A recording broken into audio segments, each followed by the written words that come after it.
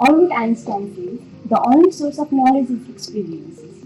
Hello, welcome to another episode of Kwentuhan series.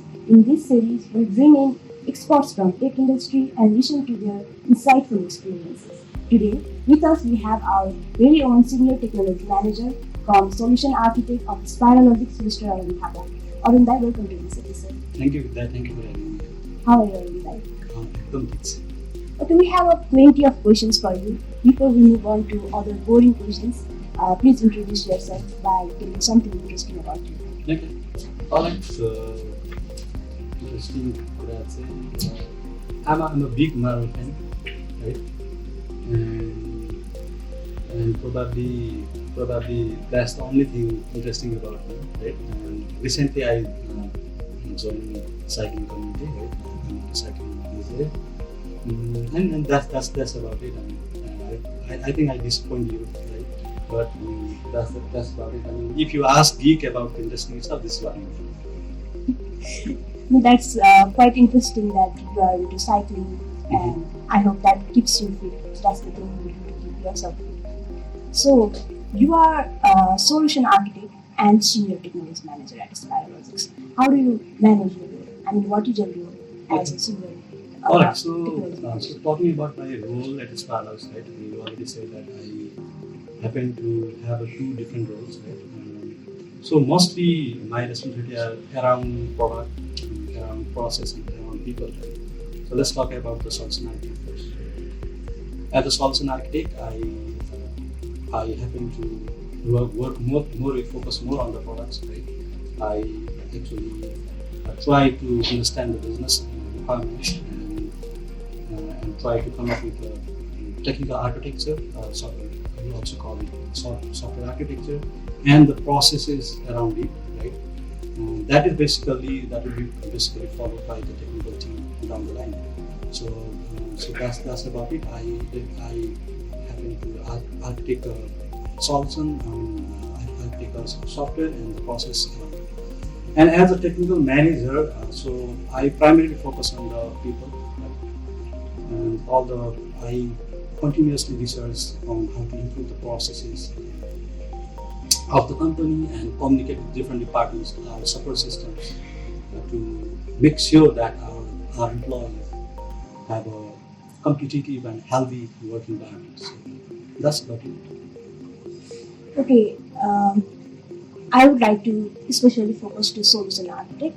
How can one become a solution architect?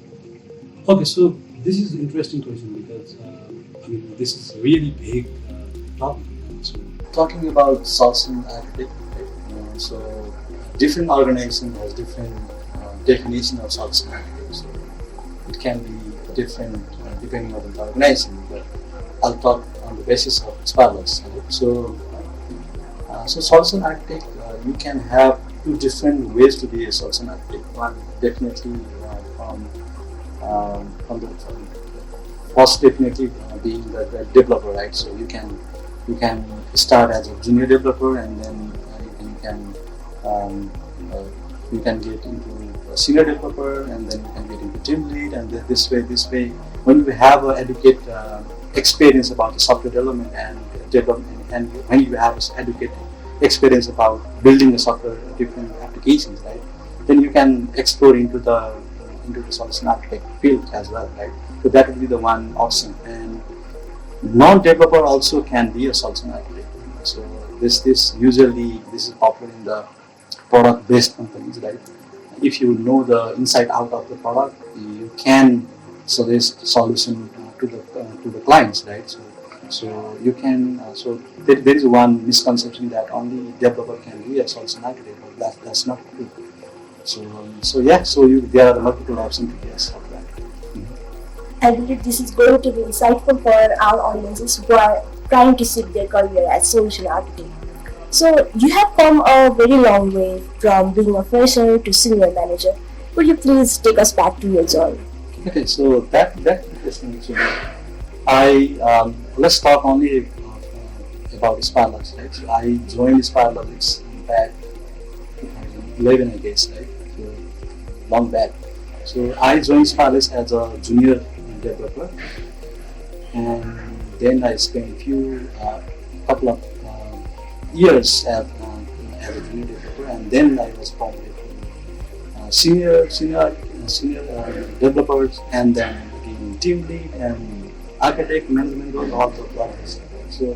So uh, I did manage to leave all the seasons in Spiralogics, you can say like that, and that is really important because if you start from very ground level, then you know how it takes to be an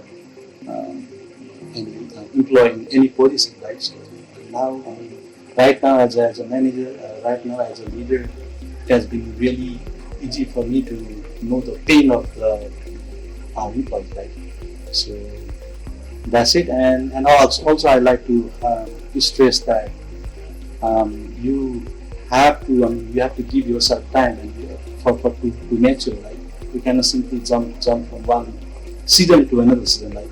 So you should be on summer. You can you are in right now you are in winter and you have to go through the spring to be in summer, right? To enjoy the sun, right? So that's what I believe, and I really suggest the young kids or young developers or young IT people, guys to have patience and go through each and every phase of their life. Okay, based on these valuable experiences you have had throughout the journey in Spiralogics, I believe that it gives ownership towards what you do towards your job.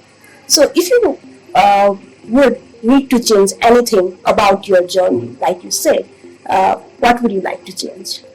Frankly speaking, I'm pretty much happy with what I'm now. Of course, one should not be happy, but you should expect better always. But if you talk about my career, then every couple of years, right, I got some challenges, and I took the challenge and probably overcome it, right? So that's all you need. You need respect. You need challenges in life, right?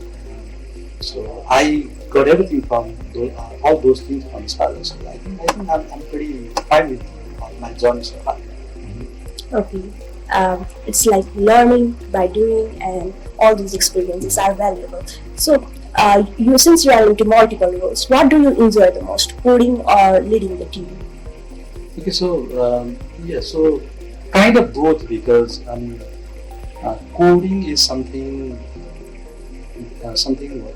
coding is what I am, right? So this is what I started from, so that has a special place in my heart, right? But when I got into this leadership and management role, right, I was really fascinated about the impact it can, this position or this responsibility can make on my people, right?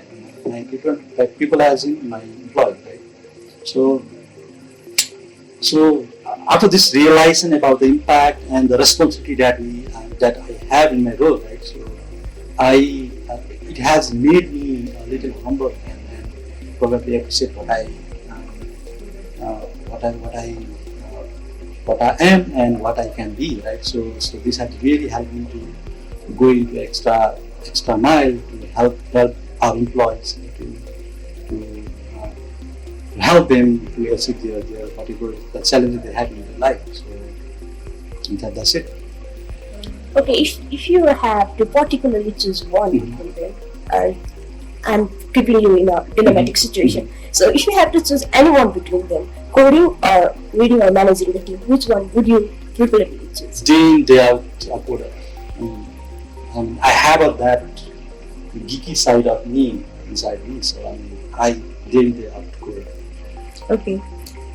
So you have worked with different teams and in particularly in projects as well. So what does an ideal project look like to you? Ideal project. Okay, so let me think about it. So when I think about project, right, I think about two different things, right? So one would be definitely be a team, right, and another would be client, right? So project is all about team and client, right? So project, ideal project would be, I take it as a ideal team, right? So let me talk about the team, right? So it is really for the manager, for the leadership people, it is really it's a science to create a beautiful team, right? So because each and individual member has its own characteristics, has its own skill set, right? This is really important to create a group of people who can contribute to a single goal, right? So definitely a team would be my one of the important aspect of a project, right? And competitive team, let me represent that way. And another would be a client, right? So I mean, everyone would say a client is really important, and I'm particularly talking about the client. I will emphasize more on the product owner of that client, right? So the product owner, someone who interact with us, right, with the development team, right? So if you have a experienced product owner, your life will be really easy. I'm not talking about the product owner who is, I mean, someone from the business group and who is acting as a product owner. Acting as a product owner and an experienced product owner is two different things. So yeah, so I mean, dream project would be dream team and probably dream product owner, I guess. Okay, in fact, we design products for them. So receiving their feedback and keeping client in the top position, it actually helps to design a good product. I believe that. So, what do you think of timeline and deadline? How important they are in the project? Okay, so yeah, so timeline is, yeah, if you have a good team, right, timeline is not an issue because yeah, so I mean, if you have a really competitive team, then you can possibly get, of course, I mean, not the what do you call that, achievable timeline. You can definitely target achievable. So timeline should not be a big deal if you have a good team. Okay, so you have been working with multiple team and multiple clients. So based on your experiences, what it is like to managing the expectation of customers or clients? Okay, so uh, foundation basics of expectation is knowing the human side of person, right? So, be it client or be it team member, right? You need to understand the human side of those people to set an expectation, and you will be really lucky to work with the same client and the same team for a long period of time. That really rarely happens, right? So in the real world, the team structure changes, and sometimes the client also changes, right? So there are a lot of things, lot of attributes that would affect the setting the expectation, right? So let's focus only on the estimation, right? So your team, STEM team or this development team should provide a good enough estimation to the project management team or the leadership people, so that they can convey those expectations to the client. So that is really one of the really important things. And to do that, right, I see that the leadership, the people experienced in the team, right, the people who are more experienced in the team has a bigger role to play, right? So because so the art of estimation comes only after the experience, right? So being a leader or being a project manager or being a solutions senior developer, so really this will help the junior developers to estimate properly, right? So if they provide the estimation, then the client, they can, or the manager can provide the same estimation to the clients, and the expectation can be met. So bottom line is, you need to really understand your team to make the proper expectation or set the expectation to the client. That's what I think. So can it be said that expectations serve as both challenges and opportunities for a project to develop? Definitely. Okay. So I think we are into more serious stuffs right now. So let's talk about something interesting. You have a long journey in tech film. Mhm. So, till now, in your professional life, what is the biggest mistake that you think you have made and that keeps a smile on your face? Okay. So there are plenty of, frankly, there are plenty of mistakes. Right? So I'd definitely like to point out a couple of them. Right.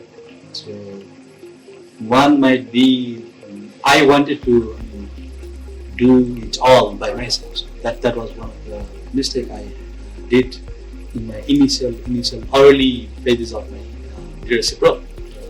So probably it was 6 or 7 years back. I was recently promoted as a team lead, and what I did wrong was, if you are manager role, or if you are in a leadership role, you know that you can do that same task in a couple of minutes. But if you delegate those tasks to the junior, then it will take probably you will spend hours and hours to explain them, right? So I did not opt to do that, and this eventually eventually led to the one of my team members, one of the people had really their confidence was really low, and they probably, they did ultimately came to me and talked to me about this thing. Now, from this point of view, from the experience from all the experience I gained so far, I really think that delegation, the task delegation is really important for your team member as well, and for yourself as well. Right? So for your team member, it will really help them. So if you delegate some tasks, then they feel like they are challenged, and they'll get motivated. Right? So it is really important to not to do everything by yourself. So that's the one mistake. Okay, and second one would be the one that I made as a solution architect. Right? So there was another mistake would be not to go with hype. Right? So there was one of the let me not mention that technology. Right? It will be controversial for now. So it is a debatable thing, but we researched on one of the technology for a couple of weeks. We created a POC, proof of concept, and we presented to CTO, CEO, and it was approved, and we happened to get that project as well. We started the project, and then we realized that that particular technology was really poor documentation, right, and no support, right. It made our development team's life really hard. Though we had a great team, and we managed to complete that project, right? But once it was live for probably 6-7 months, and then another news broke in. So they decided not to continue with that technology. That is a serious issue, right? Because you started, you at least expect time spent on your project to be at least a couple of years, right? So we are in a enterprise scene where we expect our application to live for at least 5-6 years, or maybe a decade, right? So it was really bad decision for ourselves, which doesn't mean that we should not go with the new technology. But if you are working on enterprise application, and if you expect the time span to be a little longer, then you definitely need to choose a stable technology. So that's it. So of course, experiences are something that you learn from, and of course, so are the mistakes. So let's not call them mistakes. Let's call them something that helped you grow up. Okay, so every day new technologies are being developed. How do you keep up yourself updated with those technologies in this busy schedule? Okay, so this is very interesting question, right? Many people ask about this, right? Since I play a multiple role, I need to get updated on multiple things, right? So frankly speaking, you really need to understand what are your focuses, what are your goals, or what are the things that will help you in your career, right? So you really need to make your focus really small, right? You need to define the scope. If you have a scope, define your scope, then it will be really easy to pick up what you need to learn, right? And another thing would be, I would like to stress about the breathing time, right? So I I talk about this all the time, right? So every major release should come with a after every major release, there should be some breathing time for the developers, for the QA, for the all the team members, for the project manager, right? This is because they would sit back, they can retrospect their themselves, their performance, and then probably they can improve a few things. Or if a development team can even plan for a refactoring things, right? So this really helps. So this gap between the major release will be an opportunity to for developers or for QA or everyone included in the development team to learn something new, right? So that's it. If management or if the leadership people allow them to allow them some breathing time, then they can definitely utilize them to learn new things. So that's it. So, how often do you read technical books? Yeah, not by choice, right? But we have to, right? So we have to read a lot of books. But in recent days, I'm kind of interested more on audiobooks than reading books, right? Because like I said earlier, I'm into cycling these days, right? And I always get some time to spend for me, right? So this is the opportunity that I took as opportunity to read new books, right? So I these days I listen to a lot of audiobooks. And by the way, so I heard that you also read a lot of books. So tell me something about it. Not a lot, but I prefer to read when I'm free. So talking about books, I prefer to read books. I'm not an avid reader, but I love reading books. So one of the favorite books I have read is 48 Laws of Power by Robert Greene. I usually don't read non-fictions. I'm kind of emotional person and I love reading fictions. So yeah, one of the favorite books I have read so far is 48 Laws of Power by Robert Greene and Sotodorti by Homer Nipani. So that's about it. By the way, I just started listening to it. I'm kind of loving those journey of that little girl. Right? So I don't know what to predict further, but I just completed an hour of my audiobook, right? But it is interesting. Yeah, that's great. I would love to listen your impression after you complete reading. Sure. So getting back into the conversation. So if you were to choose any careers apart from IT field, what would it be and why? So I'll be probably jobless. That's all I know, right? So I'll be probably jobless. I don't know anything else as a profession, right? You got your answer. Okay, I thought you could have something. If you imagine yourself being apart from tech industry, so your life is IT field. I got it. So with evolving technologies and structure, what changes have you observed since you have worked to present, and what changes in role of a solution architect do you predict in the future?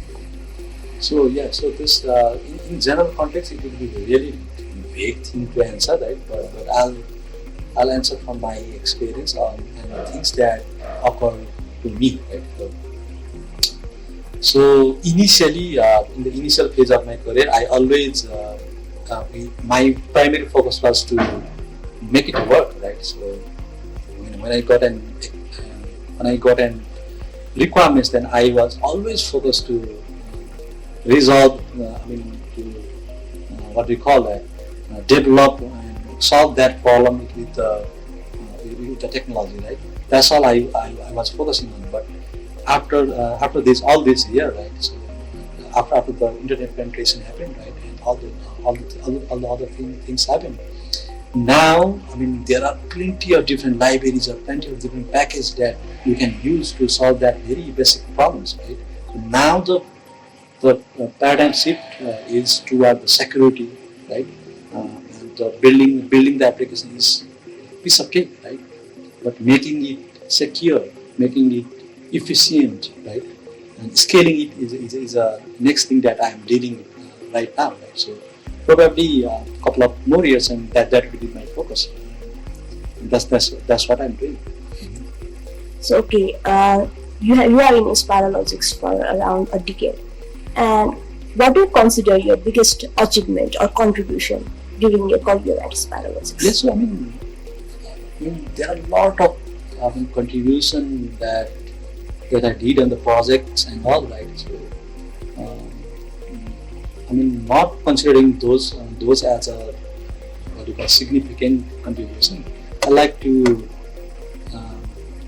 stress on the company culture, right? So, of course, with the guidance of our senior manager, I mean, CTO, CEO, right? They have one vision, they have one value, right? So that what we took into us, into our DNA, and we are working on that. Of course, there are a lot of failures down the line, but my achievement is even after discontinuing with Spiralogics, right?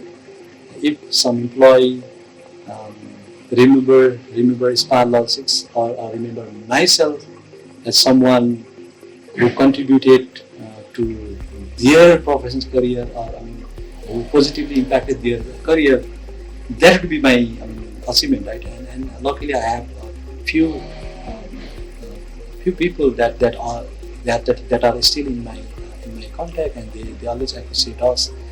So of course there are a few failures as well, right? But that's it. I mean, the positive impact that we could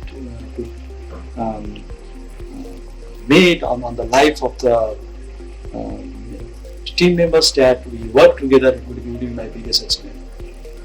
So okay, you have been a great mentor, and as per my personal experience with you, what I have known is you are a very inspiring person. So that's your achievement, because in the future I will remember you as a source of inspiration as well. Thank you. So okay, so there might be many youngsters who are confused about what to do in their career. So they tend to consult with their guardians or seniors and close friends, and they give different kind of suggestions about what should they do in their life. So based on your experience, what is your suggestion to such young pass outs to get an easy path into tech industry? Okay. So this is the very common question. I always answer this question, right? So it will be pretty easy for me to answer this. There are a couple of things I would like to mention. Like I said earlier, right? You have to go through spring to enjoy the summer, right? So I really even mostly in the early phases, people happen to in their early career, people happen to jump into different responsibilities too early, right? So even before they are ready for that job, right? So I just want to say them that have patience and learn whatever you need to learn and whatever you have to learn, and then slow down and retrospect yourself and your career, and basically have a patience, right? Patience on career. Career is too long. You cannot say 1 year as a career, 15-20 years is a career, right? So that would be the one thing. And another thing is, so especially on the developers, so inspiring developers, right? So they happen to fall in love with one technology, right? One programming language, right? So that is really scary. Like I said earlier in my example, right? So the technology is temporary, right? It's volatile. So you need to be a good programmer, or you need to have a solid foundation rather than becoming, for example, Python developer, be a developer, right? So that will take you a long way. And another suggestion would be, right, if you want to come into this software industry, right, programming is not the only option, right? There are a lot of other career options that are probably more important than the programmer itself, right? You can choose it as a career path, as a QA, as a project management, as a business analyst. There are plenty of some. Explore those as well. And at last, I insist them to have fun, right? So it's all about you have to do this all your life, right? So you need to figure it out if you really love it or not. Right? If you enjoy, then you will definitely enjoy throughout your life. So that's it. Love what you are doing. And if you don't love, probably you should consider that in the career. That's it. So thank you so much, Arun Tapa, for accepting our invitation for this episode. And by this, we have come to an end of this episode. So we will come with more episodes soon. Stay tuned.